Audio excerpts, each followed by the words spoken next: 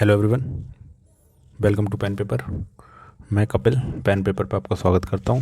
जैसा कि आप जानते हैं कि हमारा वनडे एग्ज़ाम की प्रिपरेशन चल रही थी और उसी से वन लाइनर क्वेश्चंस जो प्रीवियस ईयर क्वेश्चंस पेपर्स में लगातार पूछे जाते हैं उनके बारे में हम पढ़ रहे थे। इससे पहले हमने बौद्ध, जैन, वैदिक, हड़प्पा और गुप्ता पीरियड पढ़ लिया। ठीक है, आज हम पढ़ेंगे गुप्तोत्तर काल या वर्धन वंश, जिसे 647 ईस्वी तक कहा जाता है। इसमें 50 महत्वपूर्ण प्रश्न लेंगे जो लगातार आपके परीक्षाओं में पूछे जाते हैं। ठीक है, चलो जल्दी से स्टार्ट करते हैं। Let's start. फर्स्ट क्वेश्चन देखते हैं। थानेश्वर में वर्धन वंश या पुष्पभूति वंश की स्थापना किसने की थी?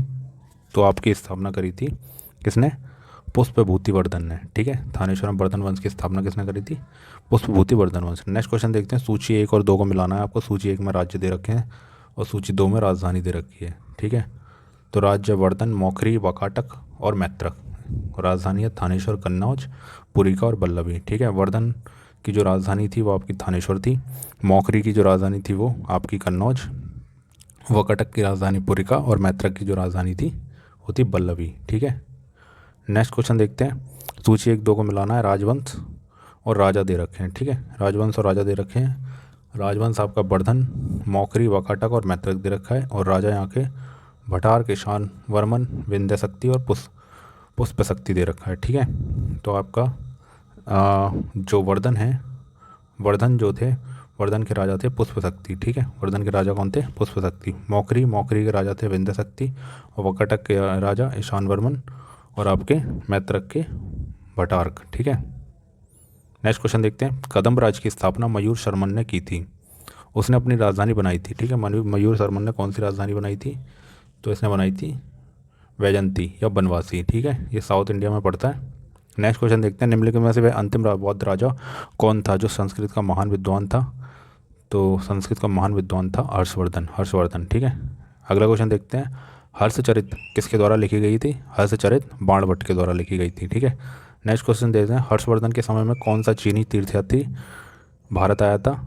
तो ये आया था हैंसांग। अब याद कर सकते हो, हर्ष हाथ से और हैंसांग हाथ से। ठीक है, ऐसे करके आपको याद रहेगा। ठीक है, हैंसांग हर्षवर्धन। ठीक है, अगला क्वेश्चन देखते हैं। चालुक्य राजा पुलकेशिन द्वितीय को किसने पराजित किया था? तो पुलकेशिन द्वितीय को किया था नरसिंह वर्मन प्रथम ने। अगला क्वेश्चन देखते हैं। किस व्यक्ति को द्वितीय अशोक कहा जाता है? तो द्वितीय अशोक कहा जाता है किसे? हर्षवर्धन को। ठीक है, हर्षवर्धन। अगला क्वेश्चन देखते हैं। बाणभट्ट किस सम्राट के राजदरबारी कवि थे? तो बाणभट्ट थे आपके हर्षवर्धन। अगला क्वेश्चन है। हर्ष एवं पुलकेशिन द्वितीय के मध्य हुए संघर्ष की जानकारी कहाँ से मिलती है? तो ये मिलती है आपके ऐहोल अभिलेख से। ऐहोल अभिलेख यहाँ पे आपका कर्नाटक है। ठीक है, ऐहोल अभिलेख। अगला क्वेश्चन देखते हैं। प्रतापशील हूण हरित केसरी महाराजाधिराज नामक उपाधि निम्न में से किसकी थी? तो ये आपकी थी प्रभाकर वर्धन। अगला क्वेश्चन है। सम्राट हर्ष ने अपनी राजधानी थानेश्वर से कहाँ स्थानांतरित करी थी?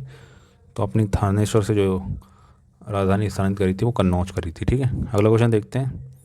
शकलोत्तरापतनाथ किसे कहा जाता है? शकलोत्तरापतनाथ कहा जाता है हर्षवर्धन को। ठीक है, अगला क्वेश्चन है। हैंसांग ने किसे शीलादित्य कहा था? तो हैंसांग ने कहा था शीलादित्य हर्षवर्धन को। अगला क्वेश्चन है। गुप्त वंश के ह्रास के पश्चात उत्तर भारत में बड़े भाग का पुनर्गठन किसने किया था? जब गुप्त वंश खत्म हो गया था उसके बाद सबसे बड़ा गठन उत्तर भारत में जो किया था वो थी हर्षवर्धन। ठीक है, अगला क्वेश्चन है। बंगाल का कौन सा शासक हर्ष का समकालीन था? तो हर्ष के समकालीन था शशांक। ठीक है, अगला क्वेश्चन है। चालुक्य शासक पुलकेशिन द्वितीय ने किस नदी के किनारे हर्षवर्धन को परास्त किया था? तो हर्षवर्धन को परास्त किया था आपके नर्मदा नदी के। ठीक है, हर्ष के शासनकाल में उत्तर भारत का सबसे महत्वपूर्ण शहर कौन सा था? तो सबसे महत्वपूर्ण शहर था कन्नौज। ठीक है, कन्नौज। अगला क्वेश्चन है। हर्ष की जीवनी किसने लिखी थी? तो हर्ष की जीवनी लिखी थी बाणभट्ट ने। नेक्स्ट क्वेश्चन देखते हैं। हर्षवर्धन अपनी धार्मिक सभा कहाँ किया करता था? तो धार्मिक सभा किया करता था प्रयागराज में हर्षवर्धन। ठीक है, अगला क्वेश्चन है। वर्धन वंश की राजधानी थानेश्वर किस प्रदेश में स्थित है? तो थानेश्वर आपके हरियाणा में स्थित है। ठीक है, हर्षवर्धन की बहन राजश्री का विवाह किसके साथ हुआ था? तो राजश्री का विवाह हुआ था आपके मोकरी नरेश गिरिवर्मन के साथ। अगला क्वेश्चन देखते हैं। हर्षवर्धन के अग्रज राजवर्धन द्वितीय की हत्या किसने की थी? तो राजवर्धन द्वितीय की हत्या करी थी गौड़नरेश शशांक। नेक्स्ट क्वेश्चन देखते हैं। हर्षवर्धन ने 606 ईस्वी में हर्ष संबंध की स्थापना किस उपलक्ष्य में की थी? तो ये हर्ष संबंध की जो स्थापना करी थी अपने राजरोहण के उपलक्ष्य में करी थी। ठीक है, अगला क्वेश्चन है कौन वर्धन वंश की राजधानी थानेश्वर से कन्नौज ले गया था? तो थानेश्वर से कन्नौज जो अपनी राजधानी ले गया था वो था हर्षवर्धन। ठीक है। अगला क्वेश्चन है कन्नौज किस प्रदेश में स्थित है? तो कन्नौज आपके उत्तर प्रदेश में। ठीक है। हैंसंग की भारत में यात्रा के समय सूती कपड़ों के उत्पाद के लिए सबसे प्रसिद्ध नगर कौन था? तो सूती कपड़ों का उत्पाद सबसे जो नगर था वो था मथुरा। ठीक है। कवि बाणभट्ट कहाँ का निवासी था? तो बाणभट्ट आपका थानेश्वर का निवासी था। अगला क्वेश्चन है नागानंद का रचनाकार कौन था? नागानंद का जो रचनाकार था वो था हर्षवर्धन। ठीक है, हर्षवर्धन। अगला है नेक्स्ट क्वेश्चन, सम्राट हर्षवर्धन ने 2 महान धार्मिक सम्मेलनों का आयोजन किया था। कहाँ किया था? तो आपका कन्नौज और प्रयागराज में। ठीक है। नागानंद, रालावली, प्रियदर्शिका नाटकों के रचनाकार कौन थे? तो नाटकों के रचनाकार थे हर्षवर्धन। ठीक है। गुर्जरों को किस शासक ने पराजित किया था? तो ये किया था आपके हर्षवर्धन ने। ठीक है। अगला क्वेश्चन है आज भी भारत में हैंसांग को याद करने का मुख्य कारण है शियुकी की रचना। शियुकी में हर्षवर्धन के बारे में बताया गया है। ठीक है। अगला क्वेश्चन है हर्षवर्धन के विजयी जीवन में एकमात्र पराजय देने वाला पुलकेशिन द्वितीय कहाँ का शासक था? तो ये था आपका वातापीय बादामी का। ठीक है, कर्नाटका। अगला क्वेश्चन है हर्षवर्धन ने अपनी पुत्री का विवाह वल्लभी नरेश से किया था जो कि उसकी एक बड़ी कूटनीति उपलब्धि थी। तो किससे की था? द्रुपदसेन द्वितीय। नेक्स्ट क्वेश्चन देखते हैं 641 ईस्वी में किसने चीन के राजा ताई तुसुंग के पास एक राजदूत भेजा था? तो ये भेजा था आपके हर्षवर्धन के पास। ठीक है। हर्षवर्धन के भारतीय मिशन के जवाब में चीनी सम्राट ताई तुसुंग ने 3 चीनी मिशन हर्षवर्धन के दरबार में भेजे थे, जिनमें से एक मिशन हर्षवर्धन के मरण उपरांत पहुंचा। अंतिम मिशन में शामिल उस चीनी राजदूत का क्या नाम था जिसने हर्ष की मृत्यु के तुरंत बाद जो घटना घटी थी उसका विस्तार से वर्णन किया था? तो हर्ष की मृत्यु के बाद जो चीनी पहुंचा था उसका नाम था वांग हवेन तात्से। ठीक है। नेक्स्ट क्वेश्चन है किस चीनी यात्री को वर्तमान शाक्य मुनि या यात्रियों में राजकुमार कहा जाता है? तो ये कहा जाता है हिनसांग। ठीक है। हिनसांग भारत में लगभग कितने साल रहा? तो हिनसांग भारत में 15 साल रहा। ठीक है, 15 वर्ष। ठीक है। हिनसांग के सम्मानार्थ एवं महायान धर्म के प्रचारार्थ हर्षवर्धन ने कहाँ महासभा का आयोजन किया 643 ईस्वी में? तो ये किया था आपका कन्नौज में। ठीक है। नेक्स्ट क्वेश्चन है कुंभ मेला को प्रारंभ करने का श्रेय किसे दिया जाता है? तो कुंभ मेला का प्रारंभ करने का श्रेय दिया जाता है आपका हर्षवर्धन को। ठीक है। नर्मदा नदी पर सम्राट हर्ष के दक्षिणावर्ती अग्रगमन को रोका।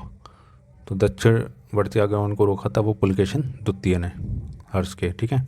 नेक्स्ट क्वेश्चन निम्नलिखित में किसने नालंदा विश्वविद्यालय को 100 ग्रामों की आय दान स्वरूप दी थी? तो ये दी थी आपकी हर्षवर्धन ने। ठीक है।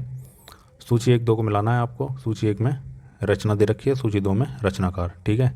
रचना हर्षचरित, कादम्बरी, नीति शतक, श्रृंगार शतक, भक्ति शक्ति, सूर्य शतक, प्रियदर्शिनी, रत्नावली, नागानंद। ठीक है। तो हर्षवर्धन ने आपको पता है प्रियदर्शिका, रत्नावली और नागानंद लिखा था। ठीक है। इसके बाद भर्तरी ने आपका नीति शतक और श्रृंगार शतक और भक्ति शतक लिखा था। ठीक है। और इसके बाद है मयूर ने लिखा था सूर्य शतक।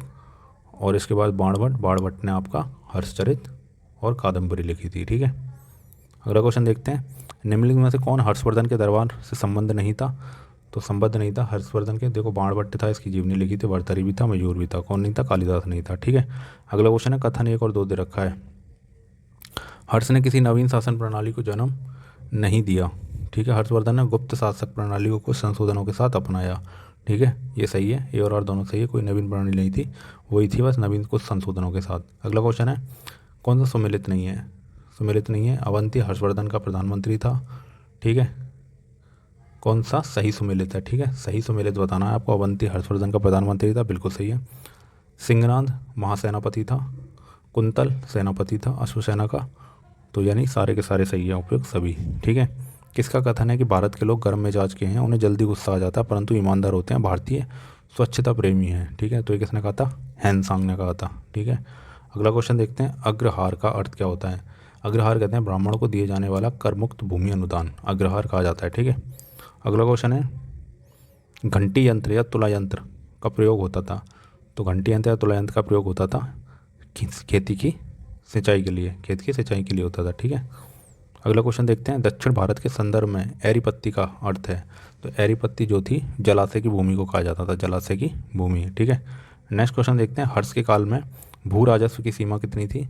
तो 1/6 से लेके 1/10 विभाग को भू राजस्व हुआ करता था। ठीक है, इसी के साथ आज का प्रश्न है, मौखरी शासकों की राजधानी कौन सी थी? तो मौखरी शासकों की राजधानी आपको बतानी है। ऑप्शन दे रखे हैं थानेश्वर, कन्नौज, पुरुषपुर या इनमें से कोई नहीं। सही आंसर आप कमेंट बॉक्स में दे सकते हैं, और जो सही आंसर बताएगा या सही आंसर का जवाब देगा उसको मैं हट दे दूंगा ताकि पता चल जाए सही आंसर क्या है। ठीक है, आई होप आपको ये वीडियो पसंद आई होगी। अगर वीडियो पसंद आई तो अपने दोस्तों को शेयर करो। Thank you.